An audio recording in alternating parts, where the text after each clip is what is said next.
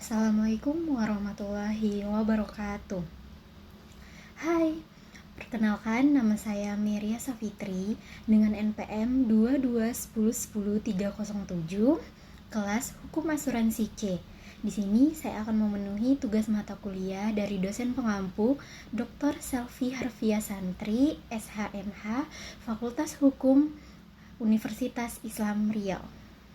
Sebelum saya menjelaskan tentang hukum asuransi, maka saya akan menyampaikan poin-poin apa saja yang akan saya bahas dalam video ini tentang hukum asuransi. Yang pertama itu definisi hukum asuransi, yang kedua sumber hukum asuransi, yang ketiga syarat asuransi, yang keempat tujuan asuransi, yang kelima prinsip asuransi, dan keenam jenis-jenis asuransi.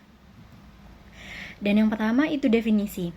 Pengertian asuransi dalam Undang-Undang Nomor 40 Tahun 2014 Pasal 1 Angka 1, asuransi atau pertanggungan adalah perjanjian antara dua belah pihak atau lebih dengan mana pihak penanggung mengikatkan diri kepada tertanggung dengan menerima premi asuransi untuk memberikan penggantian kepada tertanggung karena kerugian, kerusakan, atau kehilangan keuntungan yang diharapkan atau tanggung jawab hukum kepada pihak ketiga yang mungkin akan diderita tertanggung, yang timbul dari suatu peristiwa yang tidak pasti atau untuk memberikan suatu pembayaran yang didasarkan atas meninggal atau hidupnya seseorang yang dipertanggungkan. Selanjutnya, yang B itu sumber hukum asuransi. Sumber hukum asuransi itu terdapat yang pertama itu KUH Perdata pada BW buku ketiga. Terus yang kedua KUH Dagang pasal 246 yang menjelaskan tentang definisi asuransi. Terus yang ketiga Undang-Undang Asuransi Nomor 40 Tahun 2014, dan yang keempat itu POJK. Selanjutnya, saya akan membahas tentang perbedaan Kitab Undang-Undang Hukum Dagang dan Undang-Undang Asuransi Nomor 40 Tahun 2014. Itu Kitab Undang-Undang Hukum Dagang dan Undang-Undang Asuransi yang pertama itu evenement, kerugian, kerusakan, dan kehilangan. Sedangkan Undang-Undang Asuransi itu evenementnya kerugian, kerusakan, kehilangan, tanggung jawab hukum pihak ketiga, hidup dan meninggalnya seseorang.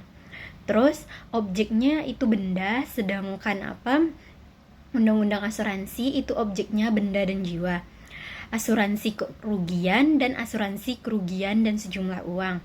Setelah KUHD itu setelah terjadinya evenement, dan Undang-Undang Asuransi itu sebelum terjadinya evenement. Yang C itu syarat asuransi. Syarat asuransi itu yang pertama ada kesepakatan, cakap, objek, kausa yang halal, dan terdapat dua syarat khusus, yaitu premi dan kewajiban pemberitahuan. Terus yang D, tujuan asuransi. Tujuan asuransi sendiri itu yang pertama itu untuk pengalihan risiko, motif ekonomi, mendapat ganti kerugian. Yang keempat, mewujudkan tujuan negara pada Undang-Undang Dasar 1945, yaitu kesejahteraan rakyat. Dan yang selanjutnya, manfaat asuransi. Manfaat asuransi sendiri itu yang pertama, asuransi dapat memberikan rasa terjamin atau rasa aman dalam menjalankan usaha. Hal ini dikarenakan seseorang akan lepas dari kekhawatiran akan tertimpa kerugian akibat suatu peristiwa yang tidak diharapkan. Sebab, walaupun tertimpa kerugian, akan mendapatkan ganti rugi dari perusahaan asuransi. Dan yang kedua, asuransi dapat menaikkan efisiensi dari kegiatan perusahaan. Sebab, dengan peralihan risiko yang lebih besar kepada perusahaan asuransi, perusahaan itu akan mencurahkan perhatian dan pikirannya untuk peningkatan usahanya. Dan yang selanjutnya itu E, prinsip asuransi. Dalam dunia asuransi, terdapat 6 prinsip dasar yang harus dipenuhi, yaitu yang pertama, Insurable interest, yaitu kepentingan yang diasuransikan.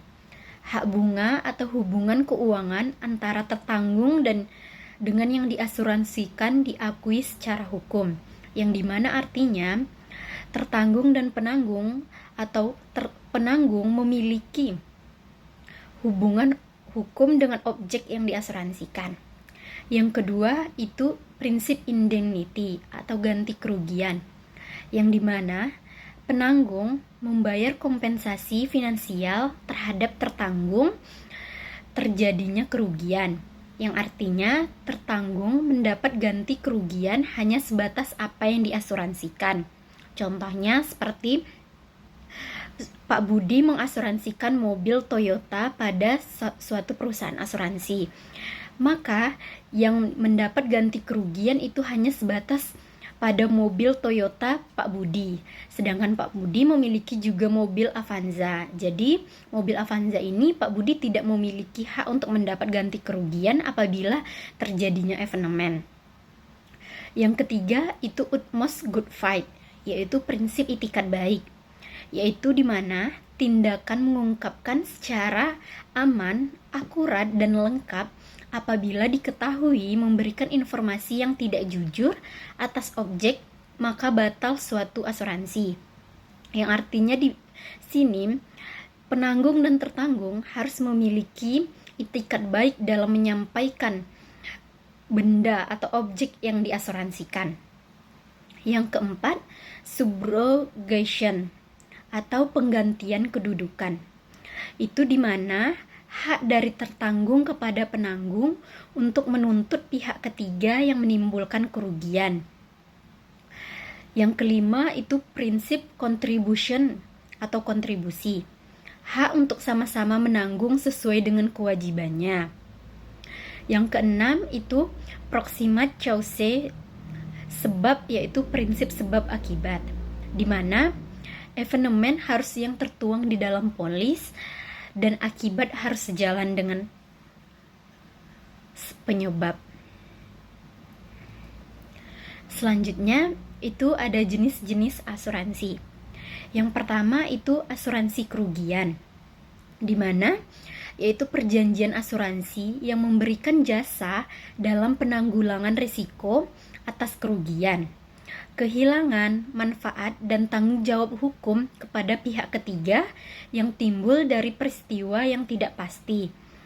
Asuransi kerugian dibagi menjadi asuransi harta benda atau properti yang berhubungan dengan uang atau pencurian. Yang kedua itu tanggung jawab hukum atau liability. Dan yang ketiga asuransi diri, yaitu kecelakaan dan kesehatan. Di Indonesia sendiri itu dibagi menjadi yang pertama asuransi kebakaran karena kebakaran, petir, ledakan, kejatuhan pesawat, dan lain-lain. Yang kedua itu asuransi pengangkutan. Yang ketiga itu asuransi aneka, yaitu kendaraan bermotor, asuransi kesehatan, asuransi kecelakaan diri, pencurian, uang dalam pengangkutan, uang dalam penyimpanan, kecurangan, dan lain-lain.